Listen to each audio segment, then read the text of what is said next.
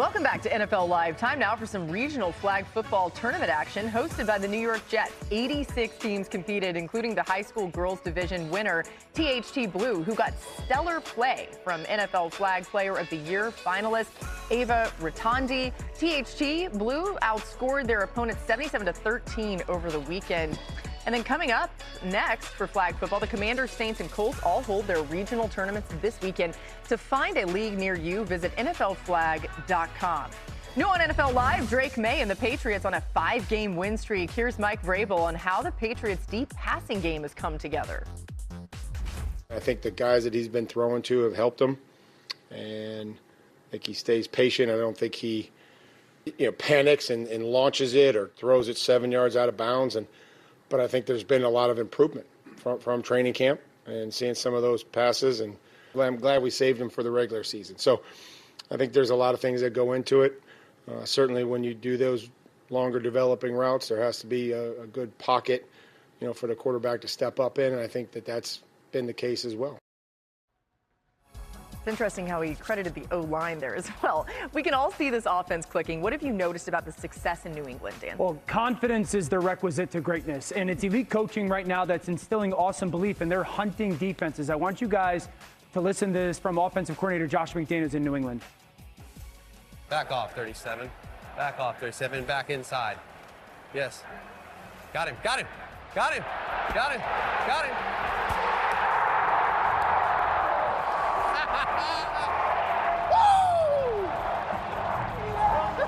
Woo! You attacked it. It was perfect. Perfect. I said, back up, please. Back, and then he did. And then he was way inside. I'm like, oh, here we go. I love that. I love that from Josh McDaniels to Kayshon Boutte.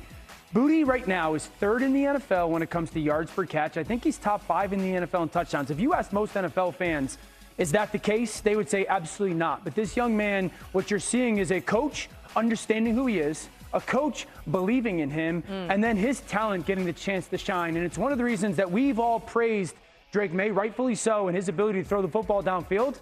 Right now, Kayshon Boutte has 6 deep catches on goes or fades, 3 of them for touchdowns. That leads the NFL. Woof. And that clip right there is a main reason why this young quarterback and young receiver are taking off together. That was so cool. Also, if you happen to get Boutte on your fantasy team, you are feeling good about yourself right I can't not laugh. Get out of here. Be mature.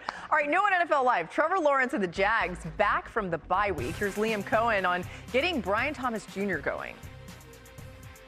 All you know as a player and as a coach is to just keep pushing through, that there's going to be a breakthrough at some point here to just connect and doing it. And you watch games from last year, because obviously you're watching the Raiders from last year and you're watching big plays being made. And all right, man, just it has to go happen as much as it can in practice, but also, in the game, it's got to come to life for that connection to truly go. Yeah. What? Oh, go ahead, Hawk. I'm seeing the inexperience in this offense in the way that they gel. Sorry to cut you off there, Laura. No, I'm just good. ready to talk about the Jaguars wide receivers because they have talent. To Coach's point, we've seen them do this before in Brian Thomas, and Travis Hunter has a ton of talent, but they're inexperienced at that position. They don't have a veteran that understands how it all gels. They look like a unit that are running the lines on the paper instead of playing the game of football, and that just comes with experience. So my coaching point to the Jaguars receivers would be to continue to fight, keep your head down, because eventually it will all start to make more sense, but they have to do it fast for Trevor Lawrence's sake. Oh, I love it. By the way, you guys can cut me off whenever you want. More you guys, less me. It's always a good thing. Time for Rookie Watch Field, highlighting some of the best rookie performances of this week. I'm so excited to see who you have on this list. Laura, first of all, America disagrees with your last statement right there. But let's get rolling with the rookies that have made an impact, especially recently. Jahdae Barron, the Broncos' first-round pick, his first interception of his young career on this nice play up the seam here. He gets his head turned around, makes a play right at the end of the half, takes points off the board potentially for the Dallas Cowboys with Pat Surtain and now dealing with that shoulder injury, the Broncos are going to need more from Barron amidst that elite defense that they have. They're going down to Houston this upcoming Sunday. We go from a guy on the defensive side of the ball to the offensive side of the ball. Chimere Dike, if you're a Titans fan right now, to me, the most important selling point that you have for your franchise and hope going forward is Cam Ward. Behind that is the rest of the rookie class. 94 receiving yards on 7 catches. This guy is a speed slot who also can find ways to stretch the defense down the field with that cannon arm that Cam Ward has. The chemistry between these two players is coming together in a hurry. Last Thursday night, Arondé Gadsden II kept up his torrid pace as he had 77 receiving yards on 5 catches,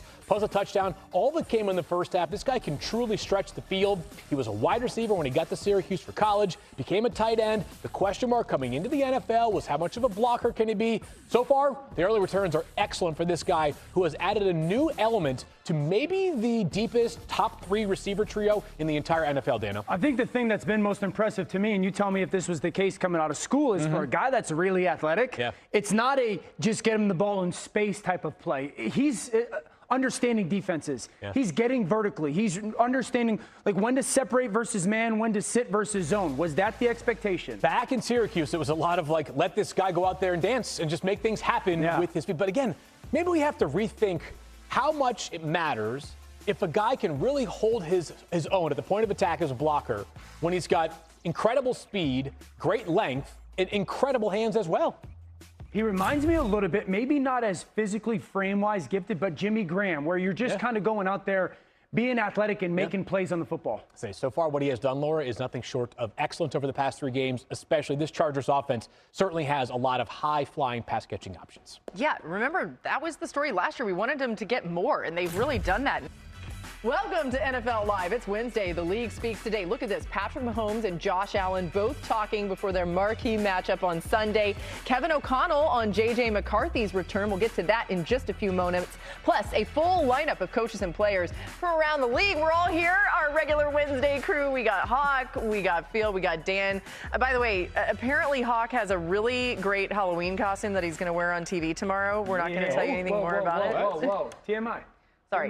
TMI. No. I'm just saying it so that you can get excited about it. I feel very much not part of this crew right now. You two are simpatico. And I feel like I don't know what's Adam going on. Schefter. Stars. Yeah, well, you are. The rest of us are mere peons in your presence, but not Adam. He is a star. He's going to be with us all show long. Time for some top stories. Adam, let's start with the latest on Jaden Daniels. Laura, he is planning to practice in full all week long with the idea that he will return on Sunday night against the Seattle Seahawks, which is good news for the Commanders. Obviously, have hit some tough times. They need Jaden Daniels back after a tough loss Monday night to Kansas City. And right now, he is tracking to play Sunday despite the fact that he had the hamstring injury. However, he will not have Terry McLaurin, who's already been ruled out. He aggravated that quad injury that prevented him from playing earlier in the season. So this looks like, at the very least, he'll miss Sunday's game. He missed multiple games the last time, and it's certainly possible he can miss more this time. And then there are a number of quarterback questions here this week. Take a look at the list. The 49ers are still waiting to see whether Brock Purdy will be back. The Bengals think it's 50-50 whether Flacco can play Sunday against the Bears. Michael Penix is considered day-to-day, but Raheem Morris said he feels good about the fact that he'll be playing. Bryce Young was full participant in practice today. That puts him on track to play. And Kyler Murray plays Monday night, and the Cardinals have been hopeful and optimistic that he would be able to come back and play Monday night in Dallas. And then, of course, Aiden Hutchinson gets a new deal earlier today. He gets an average of $45 million a year, 4 years, $180 million. He and the Lions have been working on this deal for months and were able to get it together today. It makes him, on average, the second highest paid defensive player in NFL history. And we've seen this be the offseason of the pass rusher deal. We've seen so many of them get huge, monstrous deals, from Danielle Hunter to Max Crosby to Myles Garrett to Micah Parsons. Now Aiden Hutchinson comes in with a 4-year, $180 million deal that includes $141 million in guaranteed money. The Lions continue continue to lock up their young standout players. Yeah, they do it, and they do it so well. The other thing about Aiden Hutchinson, listen, a lot of people are great on the field. This guy is so great off the field as well. He's done so much in the community there in Detroit and just continues to